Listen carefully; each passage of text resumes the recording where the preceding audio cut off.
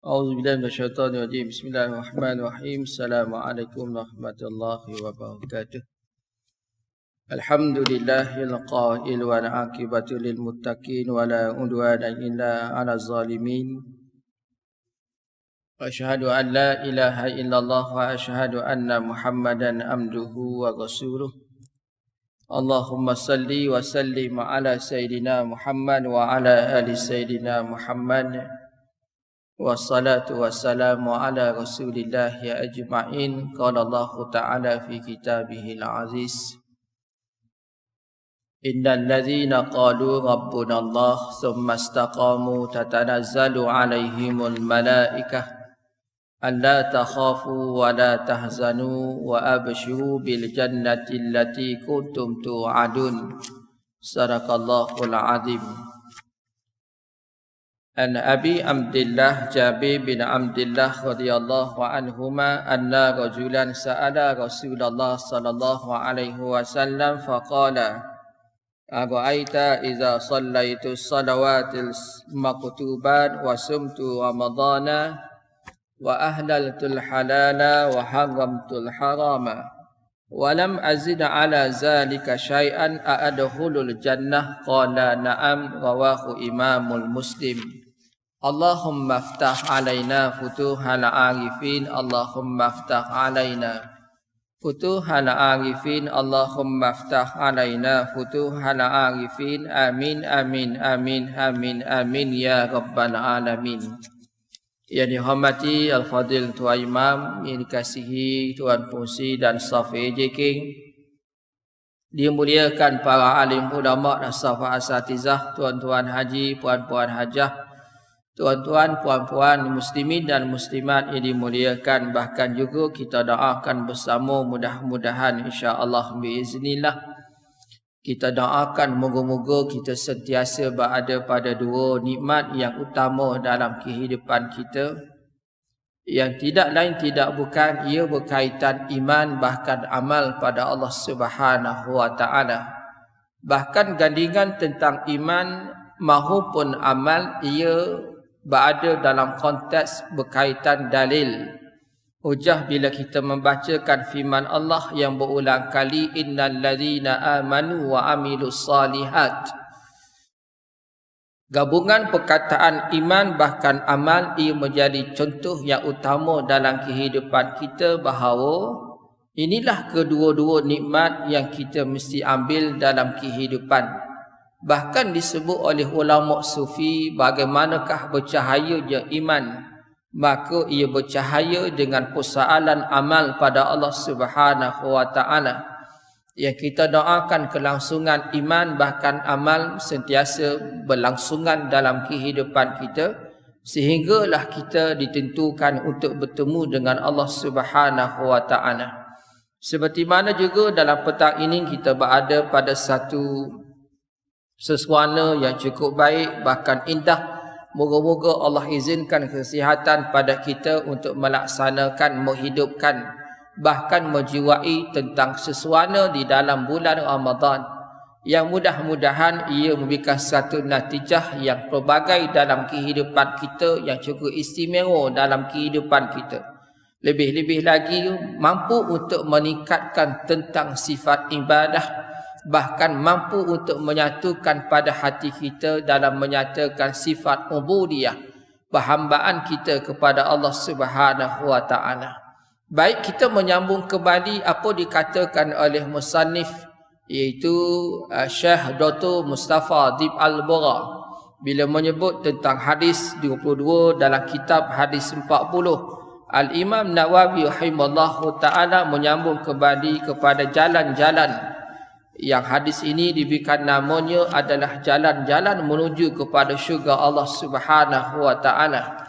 Sambungan pada petang ini ia berkaitan pada hukum meninggalkan salat dan juga puasa. Dalam sebutan yang lalu kita berhenti setakat hukum meninggalkan salat, maka dalam petang ini kita mengambil satu intipati dan juga bertepatanlah alhamdulillah wa amma saum, iaitu berkaitan hukum meninggalkan puasa. Sebagaimana juga disebutkan oleh musannif, fahuwa fil martabah ats-tsaniyah ba'da salah. Ia adalah kedudukan kedua selepas salat. Wa in kana, tetapi ia tidaklah dinamakan bahawa puasa itu adalah tingkatan yang lebih kecil daripada salat. Hanya menyebut tentang urutan semata-mata, bahkan disebut tentang salat itu, tentang puasa itu adalah satu bentuk rukun pada Islam yang utama yang mesti dilaksanakan dalam kehidupan kita, yang menjadi satu asas fundamental, asas dalam agama kita berkaitan puasa. Bahkan bila cerita tentang puasa ini, hukumnya seperti manalah kefarduan itu seperti mana salat, cumanya konteks sahaja berbeza.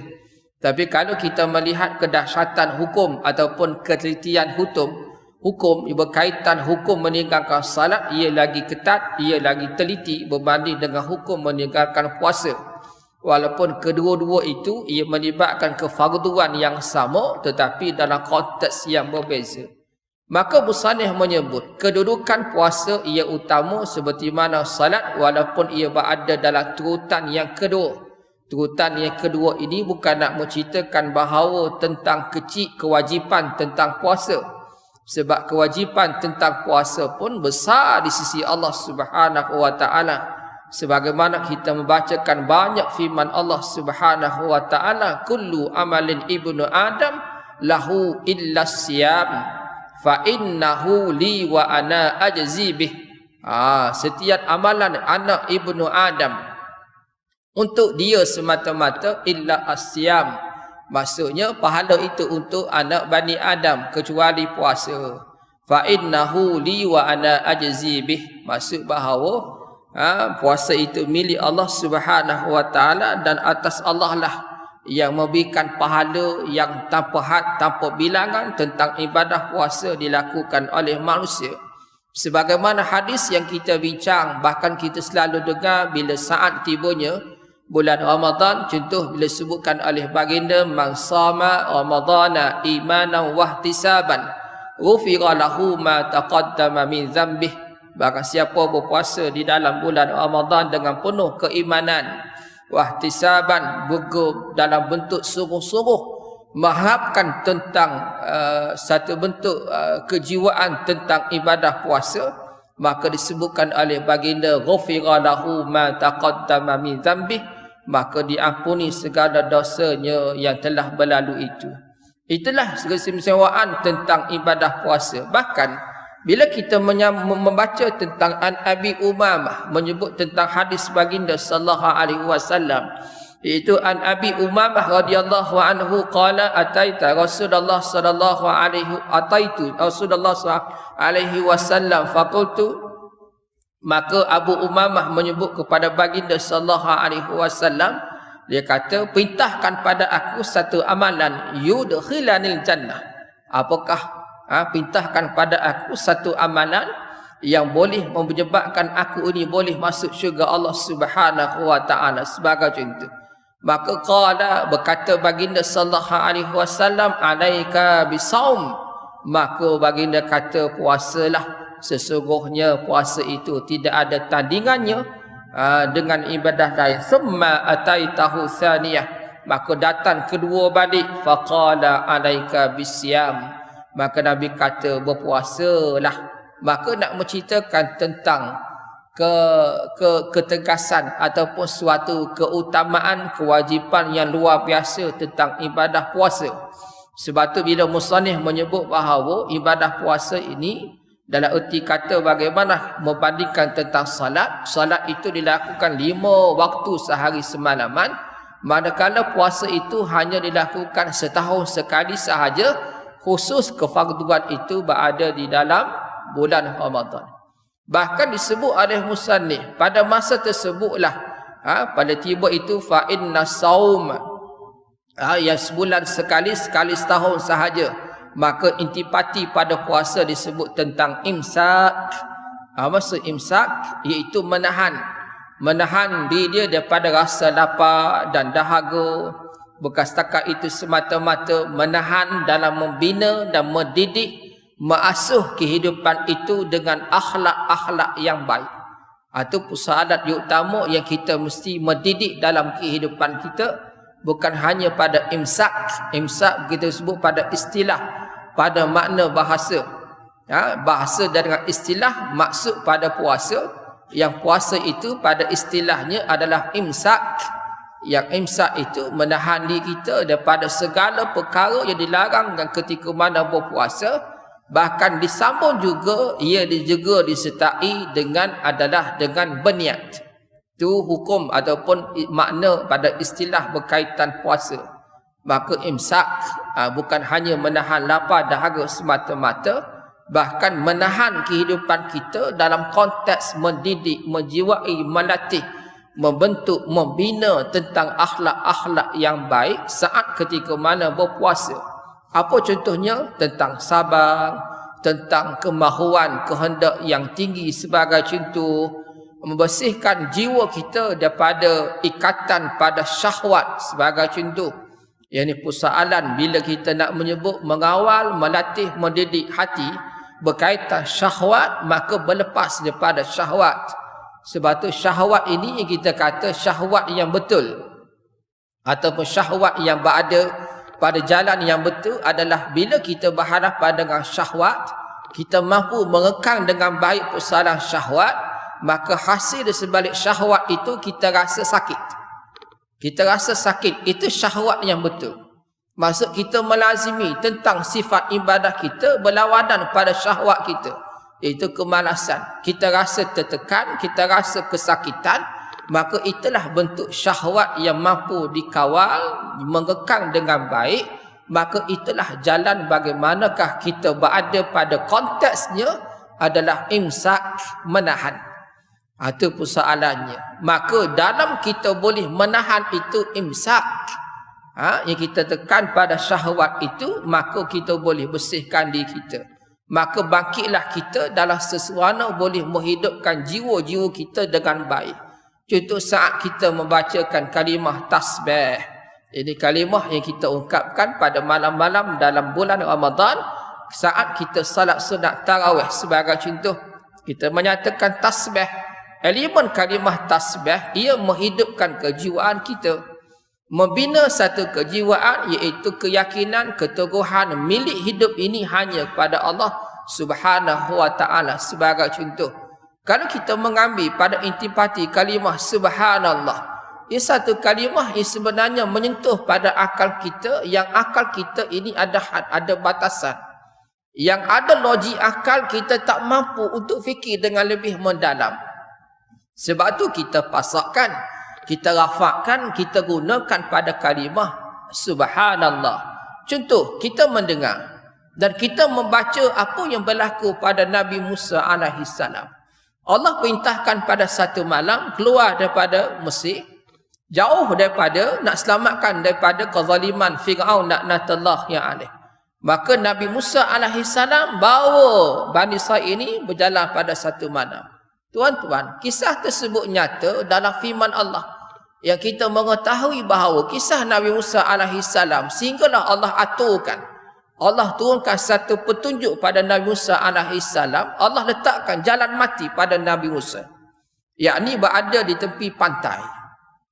Berada di tepi pantai nak selamatkan daripada kezaliman Fir'aun. Allah aturkan bahawa sampai jalan tepi pantai. Jalan tepi pantai ni tuan-tuan, masuk pada akal kita adalah jalan mati. Ia bukan jalan yang kita boleh lalu.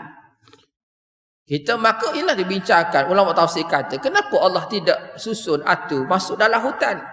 Masuk dalam hutan boleh lagi kita kata bersembunyi di sebalik pokok dan sebagainya contoh. Tetapi Allah tunjukkan pada Nabi Musa alaihissalam jalan mati, iaitu tepi pantai, lautan. Apa dilakukan oleh Nabi Musa alaihissalam? Bertasbih pada Allah Subhanahu wa ta'ala. Akal kita melihat pada pantai, lautan adalah jalan mati. Tetapi bila diakad dengan kalimah tasbih, tidak ada jalan mati bagi Allah Subhanahu wa ta'ala. Maka terbukalah lautan kepada Nabi Musa alaihissalam. Yang ini intipati bila kita memahami tentang kebersihan jiwa, yang manfaat kebersihan jiwa itu datang dalam bentuk ibadah puasa, yang kita fahami dalam bentuk imsak, menahan. Yang itulah kunci utama pada ibadah puasa, yakni menahan lidah daripada berkata-kata dengan baik. Contoh, sebab itulah kelaziman bahkan sunnah yang terbesar ketika mana kita masuk dalam bulan Ramadan ini adalah tilawah, yakni membaca Al-Quran Allah Subhanahu wa taala. Yang inilah kita mesti isi dalam kehidupan kita. Persoalan sunnah yang terbesarnya adalah menghidupkan kehidupan kita ini dalam bentuk imsak, menahan percakapan kita, tidak menyebut perkataan yang lara, yang sia-sia, yang leka, yang lalai, maka diisi dengan tilawah, yakni membaca Al-Quran Allah Subhanahu wa taala. Yang kita membina satu program tentang tadarus Al-Quran. Lepas habis solat sunat tarawih kita bacakan. Bahkan kesunahan berkaitan tadarus sebagai contoh. Kita kata bagaimana yang dinamakan tadarus ini tuan-tuan, yang kita sebut bahawa ia berada pada satu bulatan ataupun kumpulan halaqah, ikutlah apa sahaja namanya, maka dibacakan. Yang kita kata kesunahan itu sebutlah. Kita bukan hanya dalam praktikal tentang tilawah semata-mata, tapi kita nak angkat sebagai contoh dalam bentuknya tadarus Al-Quran yang mengikuti pada sunnah baginda sallallahu alaihi wasallam. Tapi bagaimana keadanya kita kata si A membaca juzuk yang pertama, maka juzuk yang pertama itu didengar oleh si B ataupun kumpulan ahli kumpulan lah. Maka apa dibacakan oleh si A akan dibaca balik oleh si B. Apa dibaca oleh si A dengan si B akan dibaca oleh si C. Maka dia akan pusing, akan baca benda yang sama apa dibacakan oleh si A. Maka itulah keadaan tadarus mengikut sunnah baginda sallallahu alaihi wasallam. Maksud kita kata ia satu bentuk kaedah yang memakan masa yang panjang. Panjanglah ada ulang benda sama. Contoh, tapi itu sunnah sebenarnya yang sabit pada hadis baginda sallallahu alaihi wasallam, kaedah tadarus yang sebenarlah. Wallahu a'lam. Jadi tuan-tuan nak buat macam mana ustaz? Payah macam tu ustaz. Sebab tu kita kata bahawa balik rumah kita pun tadarus dengan isteri kita, seorang sama seorang. Contohlah face to face, kita baca dia dengar, dia baca kita dengar, cepat habis, settle lah. Tapi kalau duduk dalam kumpulan 10 orang sebagai contoh kan, yang tadi yang berlaku di masjid pada hari ini, kalau kita buat kaedah itu sebenarnya saya rasa pukul 3 pagi pun habis. Jadi tak logik akal lah 3 pagi ini sebagai contoh. Wallahu a'lam. Sebab itulah bila menyebut tentang tilawah ini yang berkaitan pada lidah, berkaitan pada hati, yang mengambil intipati pada makna puasa iaitu adalah imsak, maka bagaimana membudayakan kehidupan kita dengan tilawah, dengan tadarus Al-Quran. Isteri kita dengar, kita baca, dia baca, kita dengar, maka selesailah satu juzuk itu dengan masa yang singkat. Settle lah. Contoh, tapi bila kita nak menyertai tadarus di masjid sebagai contoh, silakanlah, tapi itu bukan makna yang sebenar. Itu hanya tilawah semata-mata, pembacaan semata-mata. Si A baca lain, si B baca lain, si C baca lain. Maka sebulan tu habislah, cepatlah habis. Wallahu a'lam. Kita kata boleh terima jugalah, sebab mengambil kesesuaian masa yang ada dalam kehidupan kita. Pendek sahaja. Lepas habis solat sunat tarawih, hanya tempohnya hanya sejam sahaja. Tak lama lah. Contoh tuan-tuan. Tapi saya sebut ni, ini sunnah yang sabit, yang utama ataupun yang afdal, ataupun ini sunnah disebutnya sunnah tentang apakah konteks tentang tilawah. Tadarus ini sebagai contoh. Wallahu a'lam. Tapi asalnya bila duduk dalam puasa ini yang kita kata kesucian pada hati itu adalah imsak. Imsak itu sehingga kita boleh minimalkan percakapan kita, akhir kita boleh melebihkan tentang membaca Al-Quran Allah Subhanahu wa taala. Terpulalah persoalannya, tapi yang paling asas dalam kehidupan kita, seboleh-bolehnya kita mampu khatamlah, dihayati, dipahami, dijiwai dan sebagai contoh. Wallahu a'lam. Sebab ialah musannif menyebut, sebab daripada imsak inilah akan tumbuh, akan datang, akan lahir, akan muncul, akan dicungkil tentang sikap-sikap yang baik dalam kehidupan. Sikap yang baik ini, ia sebenarnya infinity. Ia tidak terbatas.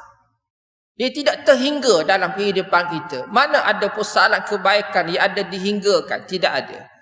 Sebab tu bila sebut tentang sifat kebaikan ini, bahkan amalan yang baik, maka asas daripada puasa inilah yang dinamakan imsak. Maka kita akan buat selection dalam kehidupan kita, maka akan timbullah segala sifat yang baik, sikap yang baik, tolong menolong, bantu membantu dan sebagainya contoh. Wallahu a'lam. Sebab ketinggian, keistimewaan tentang ibadah puasa ia disebutkan oleh baginda Muhammad sallallahu alaihi wasallam. Seperti mana hadis awal tadi saya sebut bahawa kullu amalin ibnu Adam illahu illa siyam, iaitu semua perbuatan anak Adam adalah untuk dirinya sendiri, yakni tentang salat. Ya, untuk dia semata-mata. Seperti mana kita faham daripada lafaz firman Allah, Allah kata allazina hum fi salatihim khashi'un. Dua kali berulang kalimah hum. Allazina hum fi salatihim. Hum dengan him, Allah tuju pada mereka. Maksudnya eksklusif. Salat itu hanya untuk hamba dia, bukan untuk Allah Subhanahu wa taala.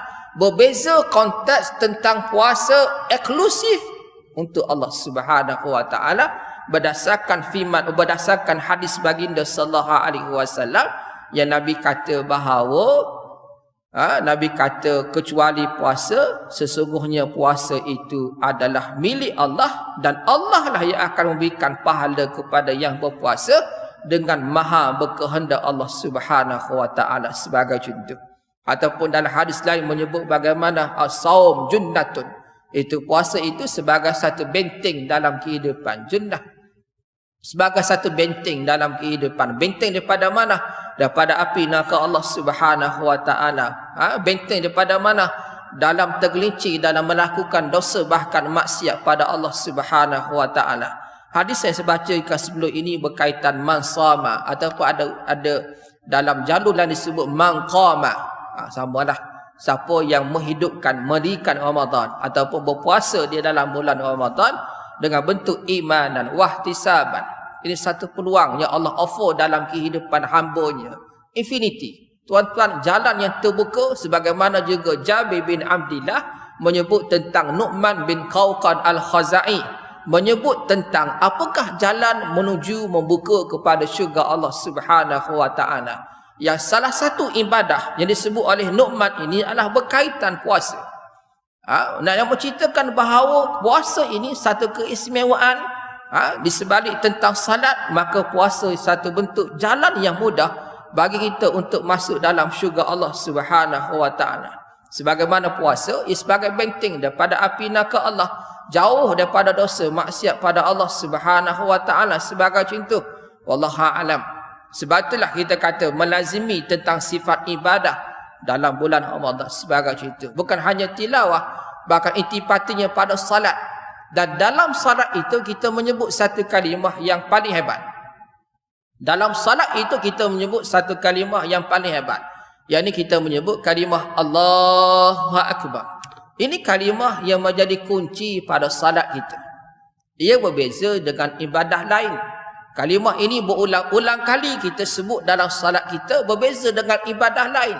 Zakat pun tak sebut kalimah Allah itu dengan berulang kali. Seperti mana puasa, kita tak sebut berniat puasa itu hanya kalimah satu kali sahaja kita menyebut kalimah Allah, iaitu pada niat. Tetapi beza konteks bila amalikan tentang salat. Salat itu Allah ulangi, Allah aturkan bahawa dalam salat itu disebut dengan kalimah Allahu, ataupun sebut lafzul jalalah.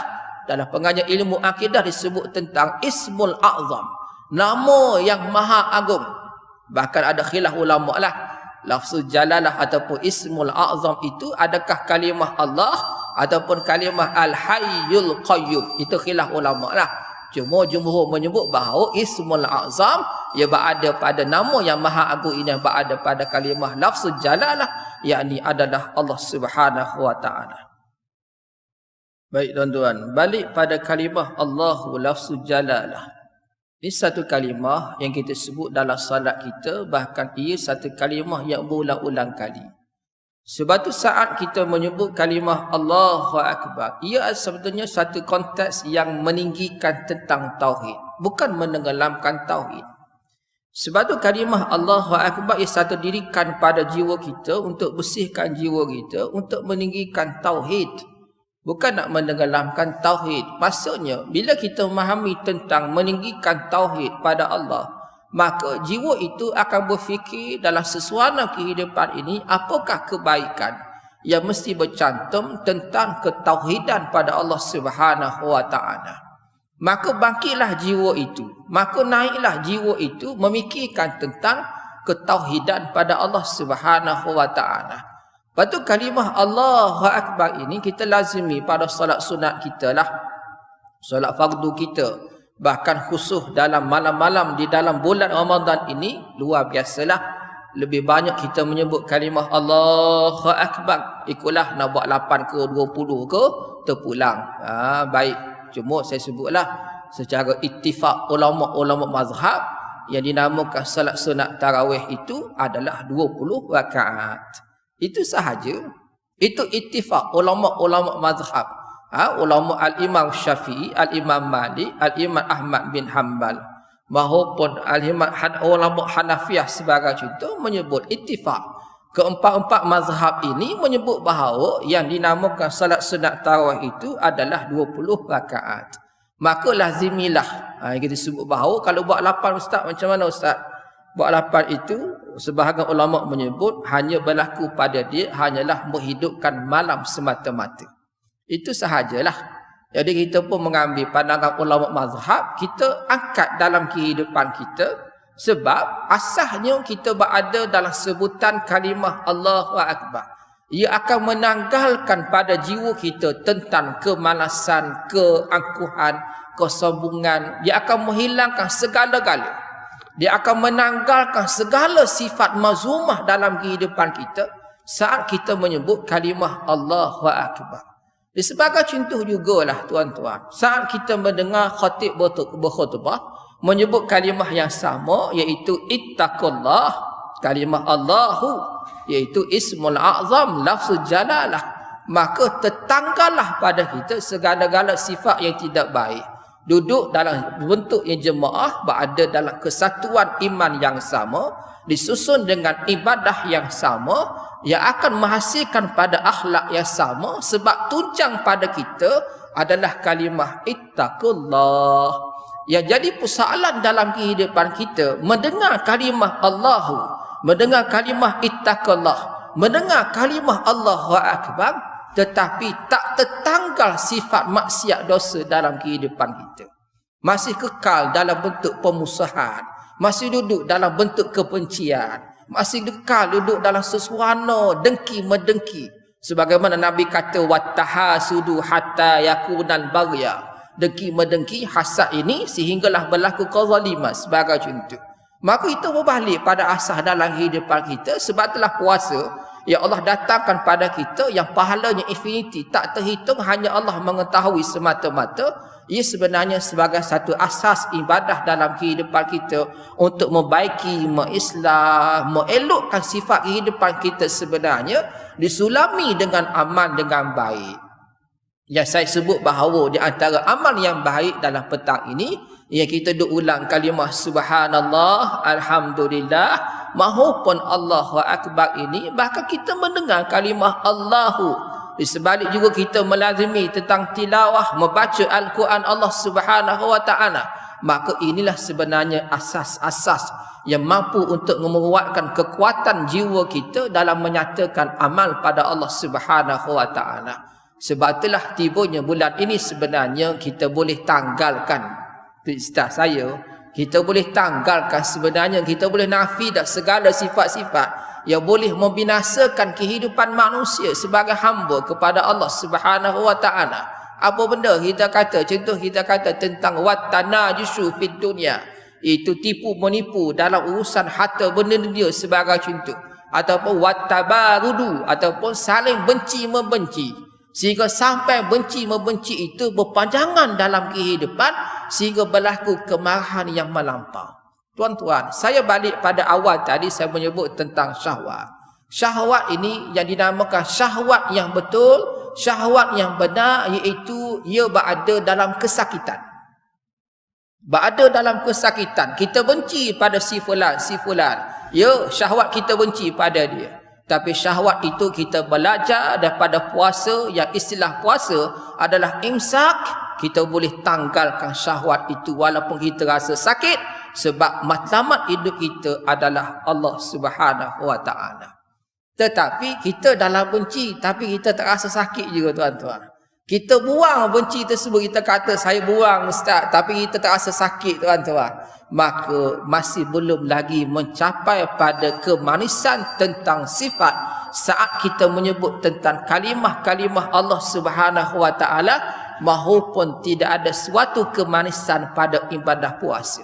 Sebab tu kita beringat pada hadis baginda sallallahu alaihi wasallam, yang baginda sebut jelas bahawa yang ada pada dia hanya lapar dengan dahaga semata-mata, tak mengubah apa-apa sifat kehidupan. Sedangkan ibadah puasa ia menjadi tunjang utama, boleh mengubah sifat kehidupan manusia daripada baik semakin baik, semakin baik semakin baik dalam kehidupan. Yang istilah baik itu tidak ada penghujung dalam kehidupan kita, sehinggalah kita bertemu dengan Allah Subhanahu wa taala. Sebab itulah kita masuk pada dalam petang ini tuan-tuan, sebagaimana disebutkan oleh Syekh Dr. Mustafa Adil Al-Burak, hukum tentang meninggalkan puasa. Dia kata kalau dah meninggalkan puasa disebabkan kefarduan sebagai contoh, maka hukumnya seperti mana mereka yang meninggalkan agama, keluar daripada agama, yang dia murtad, maka hukumnya tak dimandikan, tak dikebumikan, tak dikafarkan. Seperti mana orang Islam lah. Adapun kalau dia meninggalkan puasa disebabkan merendah-rendahkan, melekakan, melupakan tentang persoalan hukum-hukum berkaitan ibadah puasa sebagai contoh. Contoh apa? Merendah-rendahkan, menghina tentang ibadah puasa. Contoh paling asas pada kita iaitu berkaitan niat. Sedangkan niat itu salah satu rukun pada ibadah puasa. Dan dalam fiqh mazhab Syafi'i sebagai contoh, wajib berniat. Berniat bagaimana? Tiap-tiap malam ia mesti berniat. Maka tiba-tiba persoalan niat ini, sebab niat ini adalah untuk mengesahkan, untuk menyatakan bahawa dia sudah berpuasa. Untuk mengesahkan dia, menisbahkan pada dia tengah berpuasa. Sebab ia bergantung pada niat.